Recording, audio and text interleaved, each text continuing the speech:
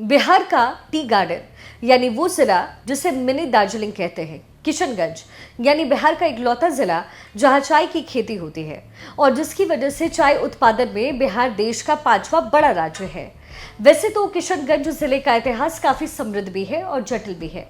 कभी मिथिला साम्राज्य में शामिल रहा किशनगंज जिला अंग्रेजों के जमाने में नेपाल का हिस्सा हुआ करता था और तब इसे नेपाल गढ़ के नाम से जानते थे। 14 जनवरी 1990 को पूर्णिया जिले से अलग किशनगंज जिले को मान्यता दी गई। ये मुस्लिम बहुल जिला है और यहाँ तकरीबन 68% मुस्लिम आबादी है, इसलिए सियासी जंग में यहाँ बीजेपी को अपने लिए कोई मौका नजर नहीं आता है। लेकिन ओवैसी की एंट्री ने पिछली बार यहाँ तेजस्वी यादव के मंसूबों पर पानी फेर दिया। किशनगंज जिले में बिहार विधानसभा की 4 सीटें हैं। बहादुरगंज जहाँ से पिछली बार AIMIM के मोहम्मद अंसार नईमी जीते।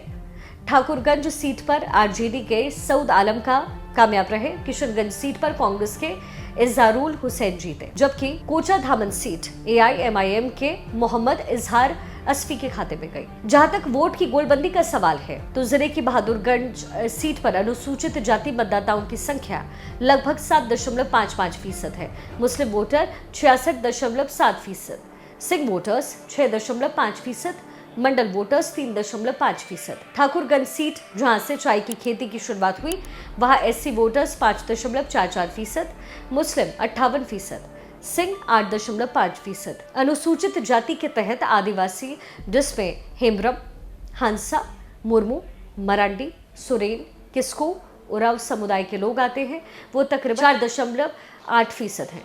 गंगाई जाति के लोग 3.7% हैं और गंगाई जाति को कई बार निषाद जाति की उपजाति कहते हैं, लेकिन इस समुदाय के लोगों को इससे इनकार है और ये नीतीश कुमार के अति पिछड़ा वर्ग की श्रेणी में आते हैं। किशनगंज सीट पर SC वोटर्स तकरीबन 5.85%, ST वोटर्स 4.78%, मुस्लिम 60.9%, लेकिन अलग अलग जातियों के लिहाज से सिंह वोटर्स 6.2%, अनुसूचित जाति में आदिवासी यानी हेम्ब्रम, हांसा, मुर्मू, मरांडी, सोरेन, किस्कू, उरांव समुदाय के लोग 3.2% हैं। कोचाधामन सीट पर SC वोटर्स 8.2% है, मुस्लिम 72.4% हैं। वोटों के लिहाज से इस सीट पर बीजेपी और NDA के लिए ज्यादा मौका नजर नहीं आता, क्योंकि तेजस्वी यादव के M22 समीकरण में यहां पर मुस्लिम तबके का ज्यादातर वोट RJD को मिलता रहा है। हालांकि पिछली बार असदुद्दीन ओवैसी ने जिले की 2 सीटों पर कब्जा किया और इस बार भी वो तेजस्वी के गणित को गड़बड़ा सकते हैं।